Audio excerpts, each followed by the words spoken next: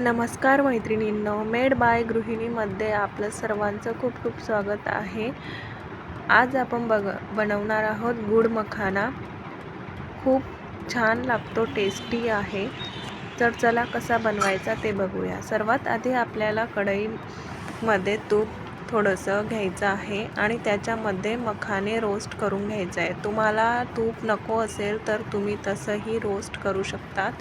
फक्त छान असं कडक होईपर्यंत रोस्ट करून घ्यायचं आहे। खूप छान लागतं, तुम्ही पण नक्की बनवून बघा। आणि थोडंसं सामान लागतं, गूळ, तीळ आणि मखाना। या 3-4 वस्तूंमध्येच आपलं हे स्नॅक बनवून रेडी होतं। छान असं कडक होईपर्यंत आपल्याला रोस्ट करून घ्यायचं आहे। हे बघा, इथे तुम्हाला दिसत असेल कशा पद्धतीने त्याला कलर आलेला आहे आणि आता ते रोस्ट झालेले आहे व्यवस्थित। आता दुसऱ्या भांड्यामध्ये मी त्याला काढून घेते। नंतर आपल्याला कढई ठेवायची आहे, त्याच्यामध्ये थोडासा तूप घ्यायचं आहे आणि गूळ आपल्या आवडीनुसार गूळ घ्यायचा आहे।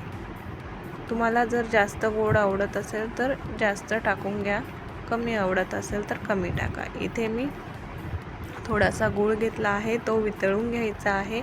अजून थोडासा घेते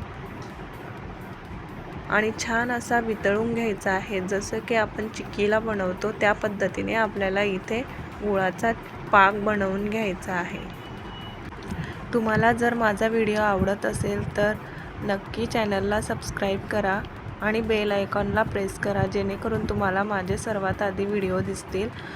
आणि आता इथे आपला पाक तयारच होत आहे। चेक करून बघूया झाला आहे की नाही। चेक करून बघितला, थोडासा बाकी आहे, अजून थोडा वेळ होऊ द्यायचा आहे। तर इथे आपला रेडी झालेला आहे। मखाने टाकून घ्यायचे आहे आणि व्यवस्थित सर्व बाजूंनी त्याला कोट करून घ्यायचा आहे आणि थोडेसे तीळ टाकायचे आहे। तुम्हाला जर आवडत असेल तर टाका, नाही तर स्किप केले तरी चालतील, काही प्रॉब्लेम नाही। अशा पद्धतीने सर्व एकत्र करून घ्यायचं आहे। कॅल्शियम आणि आयरन खूप मोठ्या प्रमाणात आपल्याला याच्यातून भेटणार आहे। तर तुम्ही पण नक्की ही रेसिपी ट्राय करा आणि कमेंट बॉक्समध्ये मला नक्की सांगा कशी झाली आहे तुमची रेसिपी। तर सर्व बाजूंनी आता याला गूळ कोट झालेला आहे।